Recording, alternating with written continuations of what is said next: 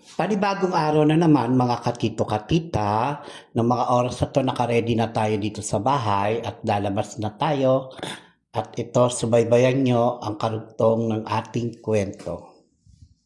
Ng mga oras na to ay galing na tayo sa bahay at pupunta tayo sa ating trabaho. Although yung trabaho natin dito ay malapit lang, ng mga oras na to ay bandang alas 11 pa lang to ng tanghali. Bali matarik na rin ang sikat ng araw at buti na lang may napansin tayo na naglilinis sa highway kasi bago dumating ang alas 12, bawal na ang mga street sweeper.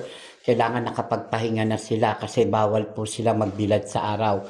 Yan ang mahigpit na tinututulan na batas dito sa Saudi Arabia, lalo na sa tag-init. At ng mga oras na to ay nandito tayo sa isang bakala o mini store na tinatawag para bumili tayo ng ating pang-almusal na kakailanganin. Kaya ng mga panahon na to medyo nagmamadali tayo dahil para makapag-ayos at makapaglinis na rin tayo. Although sa bahay na kasi tayo naliligo, hindi katulad noon, naliligo tayo sa shop bago tayo mag-prepare. Ngayon bumili ako ng mineral water para sa ating iinumin. At ito naman ang mga karugtong na susunod ng ating mga kwento. Papakita natin yung panahon na nandoon tayo at pumunta tayo ng Bata. At ng mga oras na to ay hinatid ko muna itong aking mga gamit, itong mga tubig at itlog para may mailuto para sa ating almusal. Kaya panoorin natin ang karugtong ng ating kwento ng buhay OFW.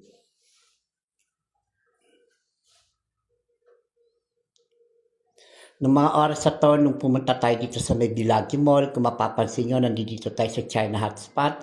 Ang mga pagkain dito ay very affordable at ang kagandahan lang dito, may unlimited food siya. Sa loob ng 2 oras, meron tag 49 real, marami ka ng pagpipilian ng mga pagkain, may mga pagtanghalian, may pang-almusal at may panghapunan na rin, nandiyan na lahat. Halos may mga isda din, may mga shrimp, fried shrimp, halos lahat ng pagkain din Pilipino at pagkain Chinese ay meron sila. At ng mga oras na to, nandito tayo sa Dilagio Mall sa 2nd floor dito sa China Hotspot. Andito ang ating kaibigan na long time friend na matagal na natin hindi nakita at nag-meet kami dito at may kasama siyang kaibigan niya dahil kumain din sila, nagkataon na nag-happenings din tayo at nagliwaliw tayo kahit paano. 1 oras at 2 oras lang naman ang pahinga ko mga katito-katita. Pagkatapos niyan ay papasok na ulit tayo. Noong mga oras na to ay hinihintay natin sila para kumain na rin. At nang pumunta ako dito sa isang market, dito sa may Such Market, dito rin sa Bata, ay marami siyang mga fresh fish na mga isda. Actually, magandang mamili rito ng mga isda dahil mga sariwa siya. Although hindi naman natin siya sasabihin talagang totally sariwa, pero hindi siya lamog o hindi siya bilasa. Talagang medyo maganda. At saka affordable siya para sa aming mga OFW. Kung sa totoo sila, masarap talaga pag sa Pilipinas ka dahil medyo affordable at mura. At tumingin na rin tayo dito ng iba pa natin mga pangangailangan para sa gagamitin natin dito sa ating bahay. At may napansin tayong Del Monte Pineapple Juice. Bumili na tayo ng 3 piraso, 9 real lang. At kailangan din natin bumili ng mantika. At bibili rin tayo ng ibang condiments at bibili rin tayo ng bigas. Actually, yung 10 kilos, umaabot sa akin yan ng 3 hanggang 6 na buwan. Kasi hindi nga ako masyado kumakain ng rice. Nagluluto man ako kalahating cup lang o 1 cup lang dahil iba pa rin yung inaalagaan natin yung ating health. Pwede naman tayo kumain ng mga gulay lang o mga salad. Okay lang yun. At least may laman ng tiyan natin at umiinom tayo ng pang-protection o ng vitamin sa ating katawan. At marami tayong gulay dito na nakikita at napapansin na very affordable kaya maganda. At hindi siya may mga coloring o yung may mga gamot para tumagal yung mga gulay, wala.